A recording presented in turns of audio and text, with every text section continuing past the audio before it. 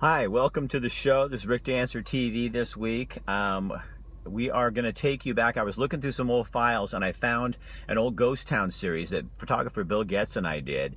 And I think you're really going to like this. It was stuck away in the files. I've shown you bits and pieces of this over the years, but I've never shown you the whole special. And wait until you see my hair. It's great. And as you can see, I am driving and talking on the phone, but I'm not even looking at you. So you don't call in and say, Rick, you're being dangerous. Okay? Because I got to go to the Sprint store and get a new pair of these. Every time I buy one of these, this is my third pair, I sweat in them. They're for exercise, and then they break. So I hope they give me another one. So anyway, I'm going to shut this off so I can drive so you guys won't get all excited at me. Have a good time. Watch the show. You're going to see some places you've never seen before. Have fun. I got to get to the Sprint.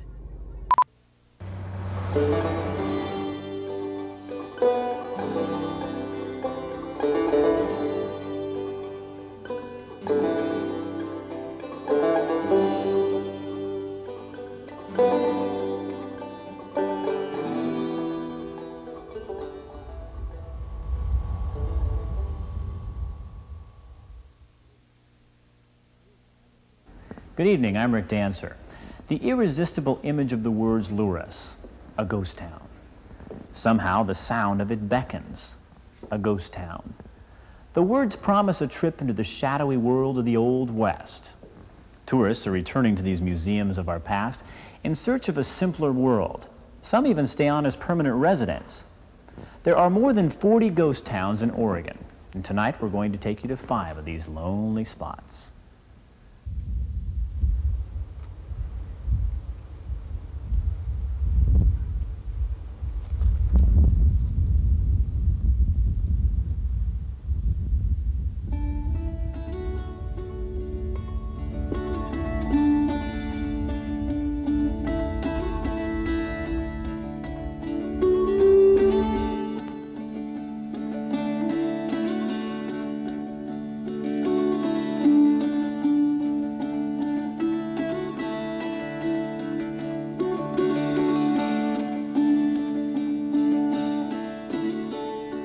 They stand in mute testimony to pioneer courage, hardship, and sometimes broken dreams. It's almost as if the weathered boards of empty buildings are too stubborn to admit they've been abandoned. And in your mind's eye, it's not too hard to see the buckboards on the streets or hear the music from the old dance hall. We know it wasn't really that romantic back in the days of the early settlers. You worked hard and got little for it. But as Jerry Myers remembers, life was simpler. His kinfolk homesteaded near Sumter in the Blue Mountains of eastern Oregon way back in 1878. And he thinks simplicity is the magnet that attracts visitors to these parts. They're looking for the atmosphere. You know, they read the history is a real big thing now. And people come in here and kind of feel it, touch it, see it. Because in those days, we worked hard for what we had, and we enjoyed what we had to the ultimate. We've just kind of gotten away from that, and I think people are really looking to get back to that. They'd like to get a little bit closer to things.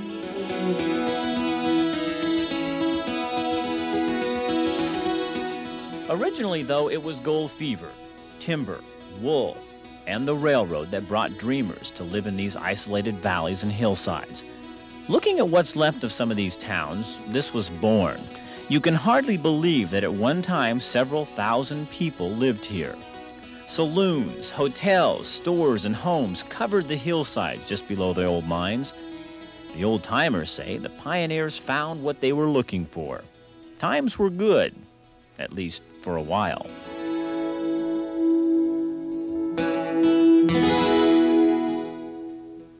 But eventually the gold was too costly to mine, the railroads pulled up and relocated, and there was no way to ship the timber or the wool. The glitter in places like granite was beginning to fade. Now it's solitude that attracts residents. Tony Thompson runs the Granite General Store. But you have to be hardy. You have to be willing to work hard. You pay a price for living up here. It's hard economically. It's hard physically. I mean, just keeping your house in shape, going through the winters we go through. Just all those things, you know, you work at it. You don't just come up here and kick back and, oh, well, no problem, I'll just take it easy. That doesn't happen.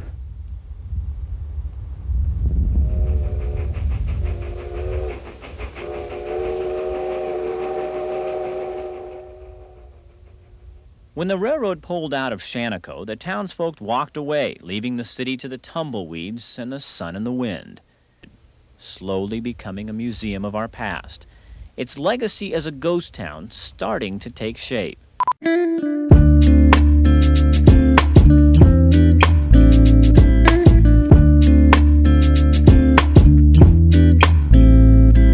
And I'm Rick Dancer. We're here at the Barn Light talking with Brittany Quick-Warner, the Director of Business Advocacy for the Eugene Chamber of Commerce, and we're going to talk about MUFTI today. There's a lot of misconceptions about what it is and what it's not, and the City Council is looking at some possible changes to MUFTI, and the downtown businesses are concerned about that. Yeah, definitely. So MUFTI is a multi-unit property tax exemption. So the tool is intended to help encourage multi-unit housing development in areas of the community that we want it in. So in our case, we really want multi-unit housing, apartments and condos in our downtown core. And so MUFTI is a tool that we have, an economic development tool, to encourage developers to put that housing downtown. And we have seen great success with that in downtown Eugene. Yeah, we have. There's some really great buildings that would not have been built without this tool. So the Tate is a great apartment complex in the downtown area. Broadway Place apartments were built with some MUFTI, with a MUFTI multi-unit tax exemption. Two really good examples of development that worked and that brought people downtown to live so they can work here and shop here, and you know, all the reasons why we deserve and need MUFTI.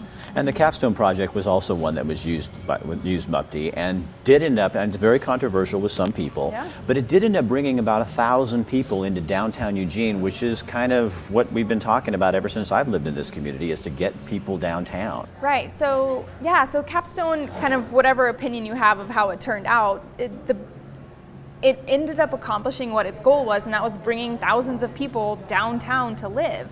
And the property tax exemption, you know, if that property would not have been built, it was sitting vacant for 40 years with just a small development on it. So the amount of property taxes that we're going to get out of the Capstone development versus what would have or would not have been there before is invaluable to the community. I mean, it's a investment tenfold what we put in there. So I think that the program has its ups and downs, but the new revised program is addressing some of those things. So they've, you know, spent a couple years looking at it and trying to figure out what didn't go very well and trying to make some adjustments. Also, a hearing is coming up that we really want to encourage people to go to, and we don't have a firm date yet, but we'll be watching it. What is it supposed to be? Yeah, we assume that it'll be on June 15th, and the importance of that hearing is that our City Council needs to hear from the community that, hey, we support you in voting to keep this tool around. We think that the outcome of using MUFTI is what our community wants and needs, and so as our city councilor, we want you to vote yes for this, and we want you to make sure that the tool isn't so restrictive that development isn't going to happen without it. So we need people to show up and say that, because we haven't been voicing that opinion. And it does matter. I mean, we're finally seeing some success in downtown Eugene, and you don't want to see that stop with all these young entrepreneurs coming and locating, like here at the Barn Light and all around here. Yeah, we want that housing down here. We want people to live in downtown, and it's going to help just continue that revitalization. And we're not quite to the tipping point where I think things will just start happening on their own. You know, we've sort of seen a lull in development for several years downtown, and we need this tool to just kick that back up again. Brittany, thank you so much. When you hear what some of these women and survivors that we serve have been through, and then you see their power up there, it is amazing. When you hear these stories, it's like, I never thought about letting Women's Space know when I had a job available. I think little things like that that people in our community can do, there's a lot of things. A ghost town doesn't have to be old to capture our attention. There's the unconventional ghost town of Rajneeshpuram. 5 years ago, thousands of people lived and worked here for the glory of their guru. Now an insurance company owns the town, but it's home to only a caretaker and his family.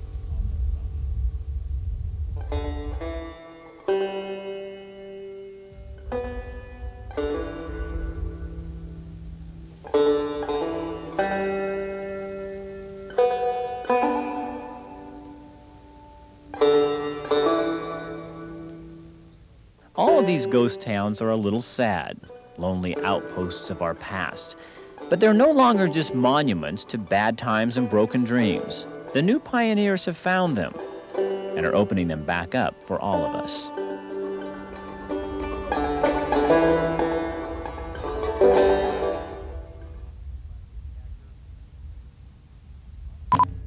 We'll get back to ghost towns in just a minute. First, we want to take you to Ranchito Grill, our favorite Mexican food restaurant in the area.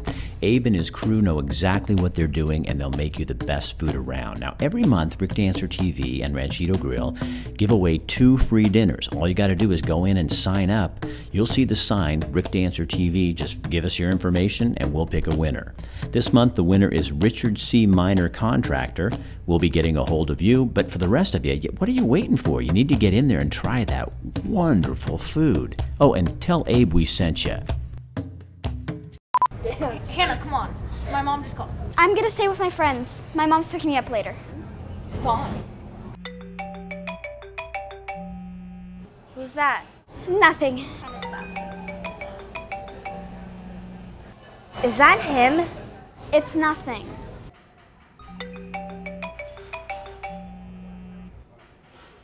You know, it's kind of creepy that he's texting you over and over again. He knows it. He knows you're with us. Hannah, I'm really worried about you. I really think we should tell someone. Is it a phone or a leash? Hannah, I'm really worried about you. Gold and ghost towns. The two just seem to go together. When the word got out that the Blue Mountains in eastern Oregon were full of gold pockets, the miners moved in. Business people followed, and so did their families. They built communities, which are now ghost towns. Ghost towns in a place that the dreamers once called Golden Sumter. The scars of gold mining are scattered all over the Blue Mountains. This country was once filled with thousands of people. Now only a few call these rugged canyons and hillsides home. They settled near the Sumter Valley after gold was found in the mid-1800s. Millions of dollars worth of color was panned and scraped from these rivers and mountains. Just how many millions depends on who's telling the story. A few folks still mine up in this area, but for the most part, the gold era is dead. Locals say most of today's mining is done on the bar stools. These towns that once depended on gold for their livelihood are now cashing in on curiosity. Visitors will pay to pan for history. Jerry Meyer's family was one of the earliest to call this area home. Squeeze through. His kin never left. There was more than gold anchoring the Meyers to these parts. Fresh air, clean air, atmosphere, people. I don't know, I'm just a mountain man, I guess. I've been here all my life.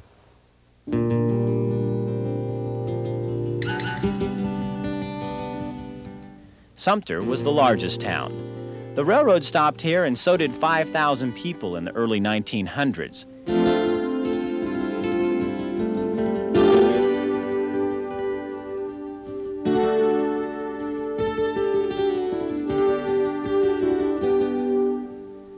When the mines petered out in about 1913, most of the miners moved on. Sumter began to fall. The finale was played out just after midnight one hot August night that same year. Fire broke out in Sumter's business district. The dry and empty buildings offered no resistance, and within a few hours, the fire had burned most of the city's 12-block area and even consumed the wood-planked streets.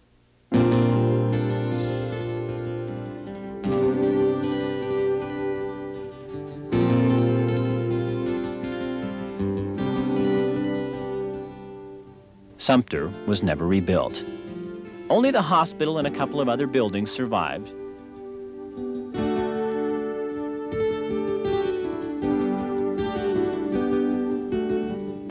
And of course, the determined people still wouldn't give up. They knew there was still gold in the streams, so they built these monstrous dredges with huge iron buckets that sifted through the river rock, panning for gold. And they did okay for almost 40 years before the color faded. The rusting hulks of the old dredges remain where it ended. The dredging spoils are like tombstones covering the valley floor. Now, 150 people live in Sumter. People are coming back. A lot of them are probably drawn by the same thing that kept the Myers family here all these years, the mountains and the good air. Not bad reasons at all. By 1900, several towns had incorporated near Sumter Valley. Bourne was built at the portholes of one of the area's largest gold mines. 1,500 dreamers crowded into this little canyon. Today you wonder where they put them all. Bourne was considered a rather rough mining town. Hotels, saloons, gambling houses, and stories that could keep the campfire going for hours. They called Bourne a hotbed, get-rich-quick gold town. But the mine couldn't supply enough gold to pay back the people who'd invested in it, and people packed up. In 1927, the Bourne post office stamped its last letter. 10 years later, a flood poured through this valley and almost wiped Bourne off the map.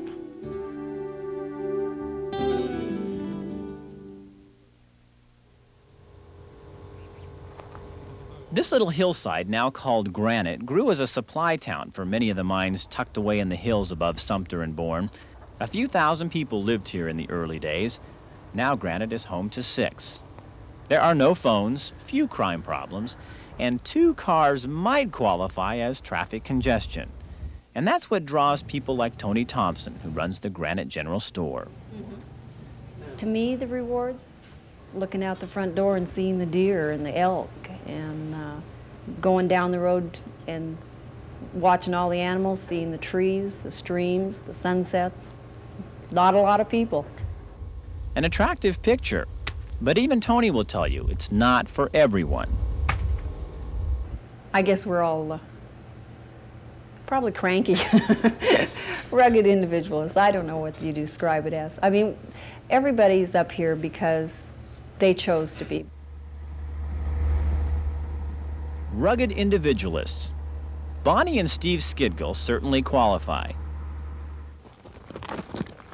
We do it because that's what just the 2 of us can handle anyway.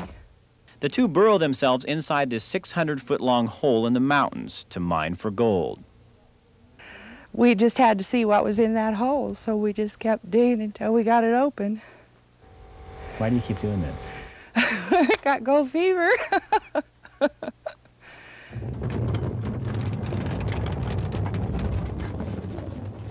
A mine shaft is an eerie place to work for a living.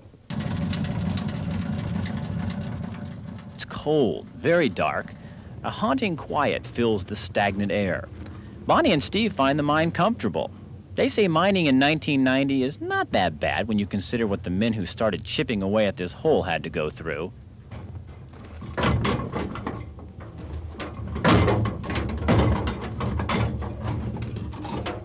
It'll do it. Whoops.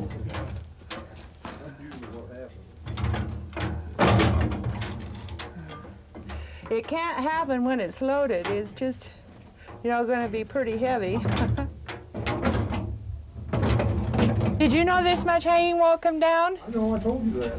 Well, I know, but this is all, like, quite a bit. I told you the big slab fell off. Okay, you guys can really see you can see the vein. The vein itself is looking pretty strong and showing pretty good values, so we'll keep going on it.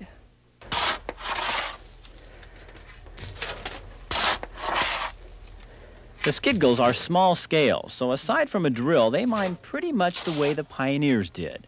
But remember, this hole was already here when they started. And that's what they Mm-hmm. used. That's what the old timers, that and The hammers. this hammer was in here. We put This is a double jack hammer where one guy'd hold the steel and the other one would drive.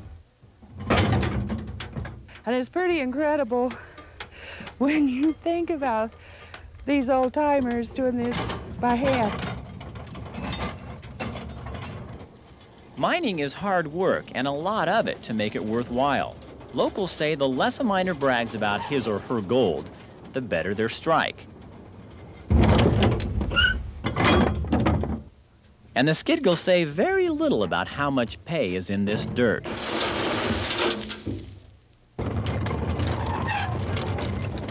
The people up here say life is easy nowadays.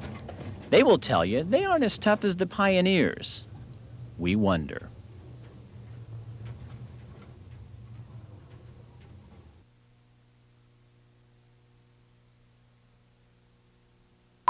Have you guys seen the new magazine out on the streets here in Lane County? I love this. It's Lane Monthly. It's in paper boxes and in just places all over where you find other newspapers. What I love about this is it's about the people and the places, events, and different products around the community that make this region such a great place to live. It's why we're all here. It's a lot like what Rick Dancer's trying to do on the TV show.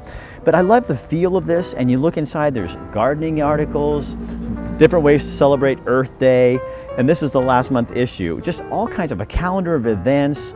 It is such a fun thing, and I love the way when you pick it up, it feels like kind of in between a magazine and a newspaper. You gotta check it out. It's locally produced, locally published, and everything in here is local. Lane Monthly. You do not want to miss it if you want to know what's going on around town. Even if a ghost town is nothing more than a few old houses, most still hold a place on a map. Shaniko does. But you have to know how to find Rajneeshpuram.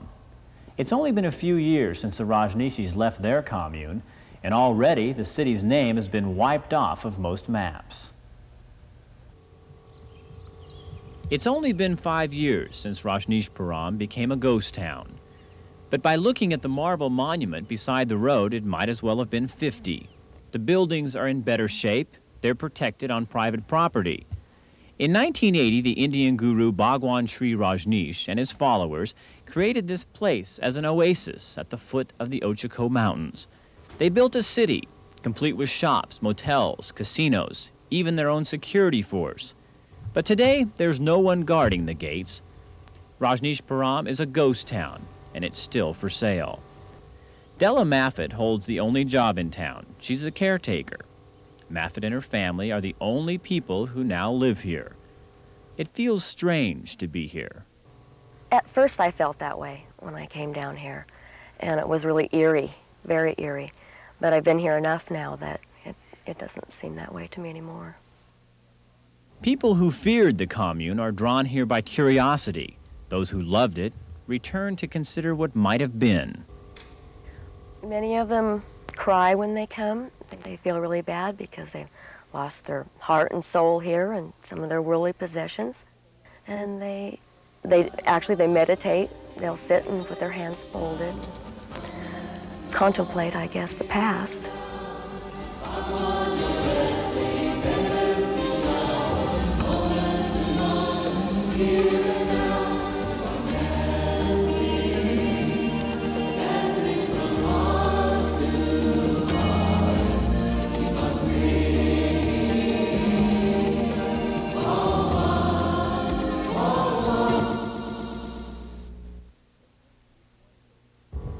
But this is one ghost town many others are not very anxious to see put back on a map.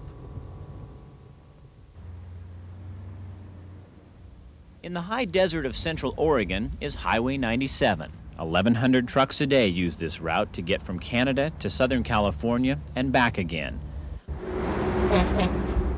On their way, they drive through the town of Shaniko. 90 years ago, Shaniko was a major transportation hub in its own right. Today, just a handful of people live here, including Mayor Gene Farrell. We do get a lot of the old railroad people that worked in here back in the early days. Some of the cattlemen, of course, most of them are all gone now, but there's a few of them still around that come up. A few of the original buildings are still standing, and people like Farrell are here to make sure they stay that way.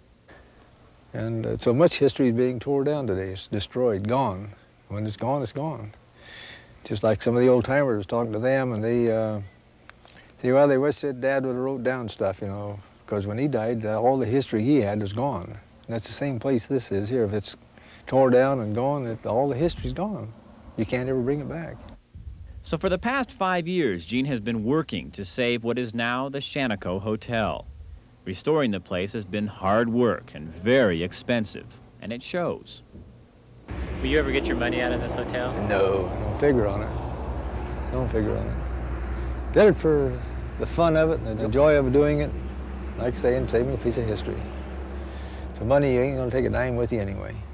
And this will be here long after I'm gone. They can spend the money, but this they can't spend.